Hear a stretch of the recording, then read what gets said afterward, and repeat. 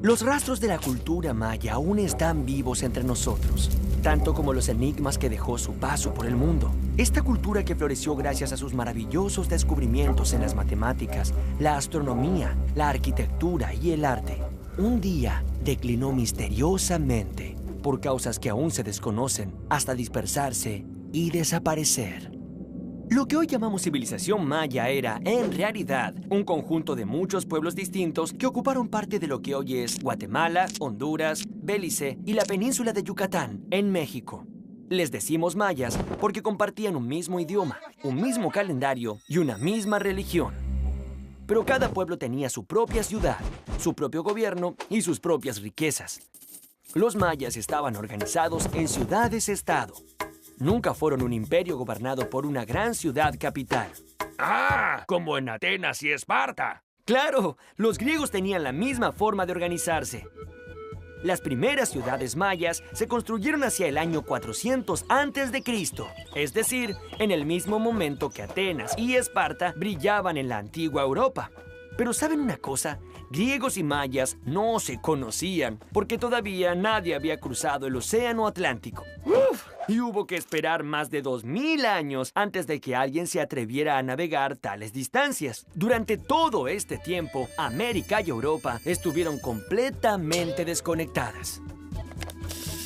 La influencia de los olmecas.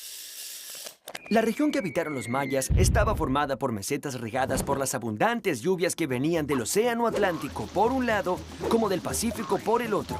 Su tierra era húmeda y estaba atravesada por muchos ríos de agua dulce. Aquí es sencillo cultivar maíz, criar ganado y recolectar frutos de la selva. El clima los ayudaba, pero no todo fue fácil para los mayas porque no habían descubierto la rueda ni tenían animales para arar la tierra. Entonces, todo lo hacía el hombre. ¡Cuánto trabajo!, ¿verdad? Pero los mayas no fueron los únicos ni los primeros en habitar esta región. Muchos años antes, los olmecas vivieron en este territorio. Podríamos decir que los olmecas fueron la civilización madre de todas las culturas de Mesoamérica. Los olmecas tuvieron su esplendor hacia el año 700 a.C. En ese momento, las pequeñas tribus mayas estaban naciendo y fueron adoptando de ellos conocimientos para construir templos, para pensar el calendario y para escribir. Los mayas también heredaron de los olmecas muchos rituales y prácticas religiosas, entre ellas la adoración por el jaguar, que por su fuerza y agilidad era un animal sagrado y se lo relacionaba al poder del rey. Templos y ciudades. Durante muchos años, el esplendor de los mayas quedó oculto en la selva, sumergido en la densa vegetación tropical, hasta que hace muy pocos años, exploradores y arqueólogos lograron abrirse paso y hallaron maravillosas ruinas de antiguas ciudades.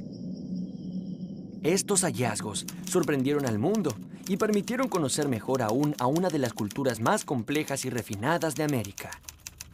Todas estas ciudades eran parecidas. En el centro, alrededor de una gran plaza, se erguían las construcciones más significativas. Las pirámides, que eran grandes templos cuyas cumbres servían de escenario para las ceremonias de los sacrificios rituales. El pueblo, congregado abajo en la plaza central, participaba activamente de las ceremonias, cantando, danzando e implorando a sus dioses para que la sangre de las víctimas sea de su provecho. Los mayas eran muy religiosos y creían que todo lo que les pasaba a los seres humanos era porque así lo decidían los dioses. Por este motivo construyeron estos enormes templos donde practicaban rituales en honor a sus dioses. En la ciudad de Tikal, la pirámide principal medía más de 70 metros. Era tan alta como un edificio de 10 pisos. Claro, cuanto más cerca del cielo, más cerca de los dioses. Las pirámides alcanzaron tales dimensiones de una manera muy peculiar. Cada vez que un rey moría, los arquitectos mandaban a construir una capa sobre la pirámide existente. Así crecía paulatinamente, capa sobre capa, como gajos de una cebolla.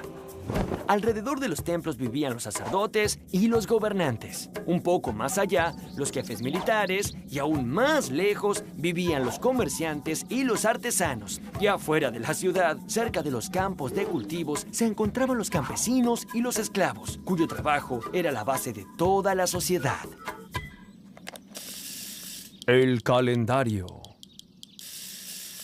Los mayas notaron que los astros del cielo iban cambiando de posición a lo largo de los días, pero cuando se cumplía un año, estos astros volvían a su posición original e iniciaban un nuevo ciclo. Digamos que observando la posición del sol, de la luna y de las estrellas, podían predecir en qué momento del año estaban y, por lo tanto, planificar los mejores días para la siembra y para la cosecha. Durante siglos se preocuparon para conocer más y más del cielo y de sus astros, a quienes consideraban poderosos dioses. Los mayas utilizaron a sus pirámides como observatorios astronómicos y fueron los sacerdotes los que acumularon todo ese saber. Con una paciencia minuciosa, los sacerdotes mayas elaboraron esta rueda que combina dos calendarios. El calendario Hab estaba basado en el ciclo solar y el calendario Solkin en los ciclos de la luna. El calendario solar de los mayas era de 365 días, igual que el nuestro. Sin embargo, su manera de entender el tiempo era totalmente diferente a la nuestra. Los mayas no creían que el tiempo fuera lineal, es decir, que fuera una línea recta sobre la que se montan los días uno tras otro y siempre hacia adelante.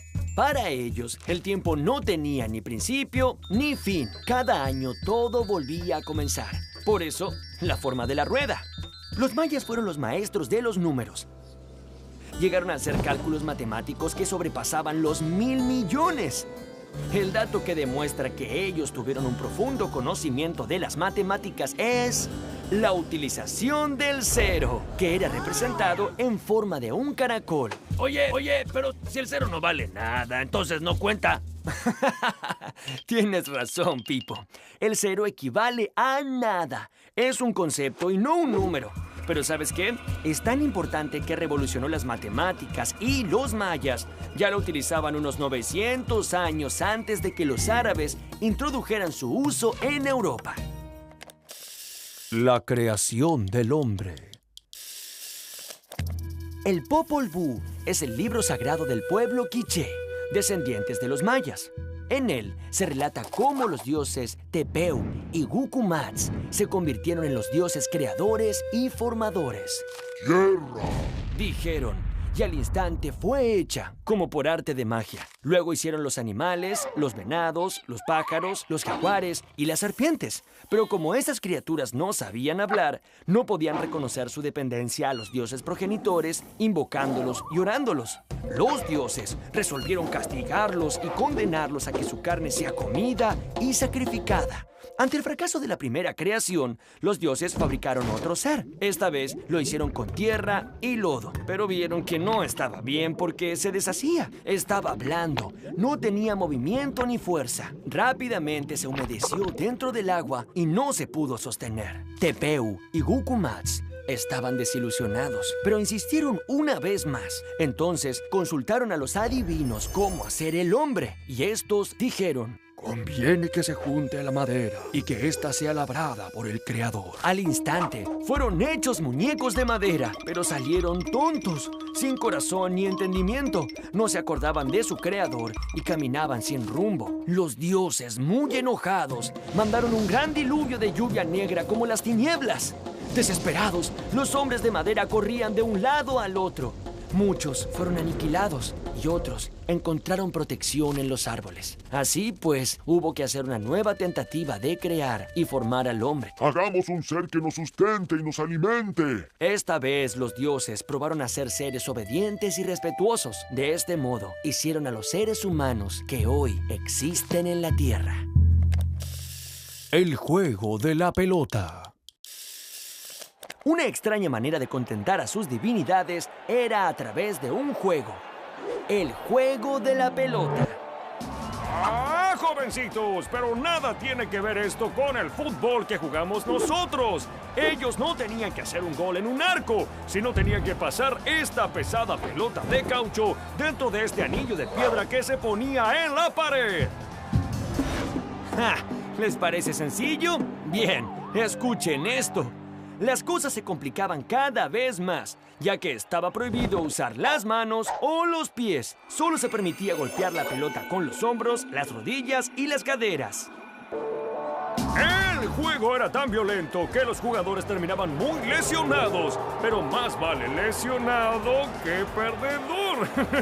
ya que el equipo vencido sería sacrificado y su sangre serviría para honrar a los dioses. Bueno, creo que perdimos. Documentar el pasado.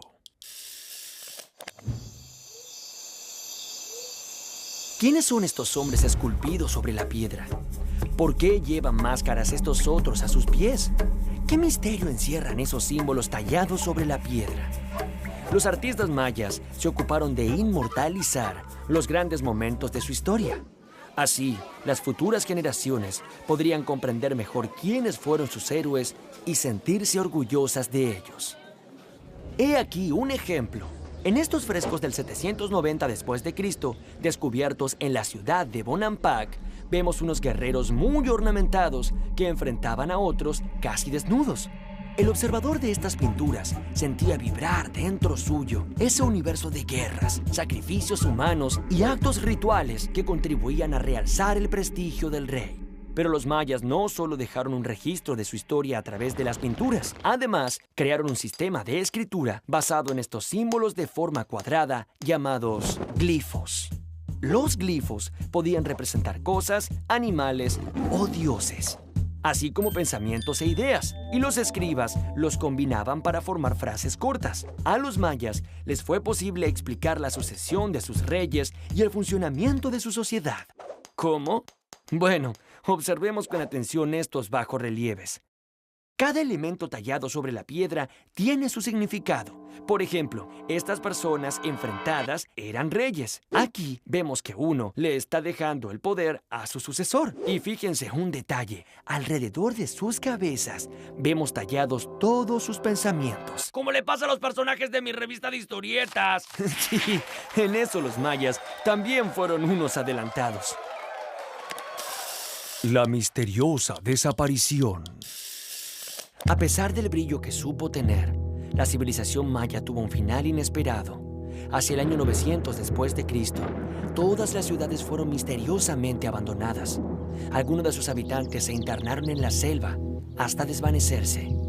Otros viajaron a Yucatán, donde crearon nuevas ciudades como las de Chichén Itzá, Maxapán y Uxmal.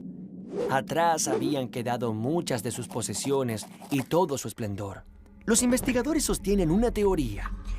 En esos últimos años, una casta de gobernantes muy ambiciosos menospreciaron la sabiduría de sus antepasados. Entonces, olvidaron sus estudios y se ocuparon solo en engrosar su poderío militar, con el fin de dominar a las ciudades vecinas. Tantas guerras generaron muchas muertes y mucha destrucción. Varios años de sequía acompañaron a este desastroso panorama. Y esto generó tanta hambre que los sobrevivientes tuvieron que abandonar sus hogares y emigrar hacia nuevos horizontes. En el año 1527, cuando llegaron los españoles, unas pocas ciudades muy debilitadas se disputaban el poder del Yucatán. Pero no se crean que fue tan fácil para los españoles someter a estos pueblos. Como los mayas tenían muchas ciudades pero no poseían un gobierno centralizado, estos tuvieron que combatirlos pueblo por pueblo y se demoraron casi 200 años en conquistarlos. Así, finalmente, cayeron los mayas, uno de los pueblos más deslumbrantes y sofisticados de la América precolombina.